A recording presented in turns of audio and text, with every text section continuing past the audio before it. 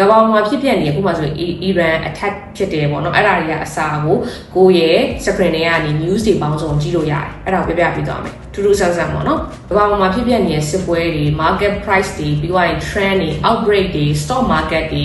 ဈေးတွေအပြောင်းလဲရှိတာတွေပေါ့နော်အဲ့ဒါတွေကဘယ်လိုဖြစ်နေရလဲဆိုတာကိုကြည့်ချင်တဲ့နိုင်ငံပုံတီးပြီးတော့လည်းကြည့်လို့ရတယ်ဒီ tools က AI ကိုအသုံးပြုပြီးတော့ကဘာကြီးကိုတနေရာနဲ့ကြည့်ရပြီးဖြစ်ပါတယ်ဒီဆိုတော့ကဘာကြီးမှာဖြစ်ပြနေတဲ့ဟာတွေကို screen တစ်ခုတည်းနဲ့ကြည့်တော့မယ်ပေါ့နော်ဆိုတော့ wallmonitor.com လို့ခေါ်ရဲပေါ့နော်အဲ့ဒီဟာကိုဗာလဲလို့သိချင်နေဆိုရင် what is more wallmonitor website လို့ရှာလိုက်ရင်သူက AI power open source real time global intelligence လို့ပြောရဲပေါ့နော် AI အသုံးပြုထားတဲ့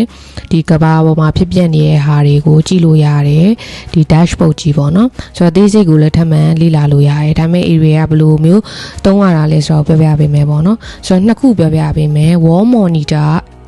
.app နဲ့နောက်ကကြာ wall monitor wall-monitor.com ပေါ့နော်ဆိုတော့နှစ်ခုစလုံးကသူ့ဟာနဲ့သူကြည့်လို့ကောင်းတယ်ပေါ့နော်ဆိုတော့ wall monitor.app ကကြာတော့သူကဒီမှာပေါ့နော်ဒါဆိုစစ်ဖြစ်နေတဲ့ဟာတွေပြီးသွားရင်ဒီရုပ်တံနေပေါ့နော်ရုပ်တံနေဆိုရင် CNBC ကြည့်မလား CNN ကြည့်မလားရတယ်ပေါ့နော်ဒီမှာဆိုလဲအခုဖြစ်နေတာပေါ့နော် Iran attack တွေဒါတွေကိုအကုန်ကြည့်လို့ရတယ်ဒါတွေပဲလားမကဘူးပေါ့နော်သူကဒီကိုလေးလာခြင်းနဲ့နိုင်ငံမျိုးဇွန်းချဲပြီးတော့ okay friend မှာဘာတွေဖြစ်နေလဲကြည့်လို့ရတယ် Paris မှာဘာတွေဖြစ်နေလဲဒါအစမ်းပြတာဖြစ်တဲ့အတွက်ကိုစိတ်ဝင်စားရင်စိတ်ဝင်စားသလိုချဲပြီးကြည့်လို့ရတယ်ပေါ့နော်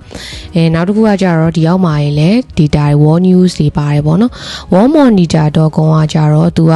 ဒီ wire တွေ chat တွေ stock တွေ TV တွေ market တွေကိုဒီဘေးမှာခွဲထားရပေါ့နော်ကိုကအဲ့ဒီပုံမှာကိုကြည့်ချင်တာကိုရွေးလိုက်ရုံပဲပြီးပါရင်ဒီမှာ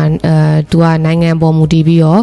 ဒီ CD တွေပေါ်မူတည်ပြီးတော့ထပ်ပြီးတော့ signal လေးပြပေးရပေါ့နော်အဲ့ဒါကိုကသွားကြည့်လိုက်ရုံပဲဖြစ်ပါတယ်တော်တော်လေးမိုက်ပါတယ်အခုအချိန်နေနေဆိုရင် quality ပဲပေါ့နော်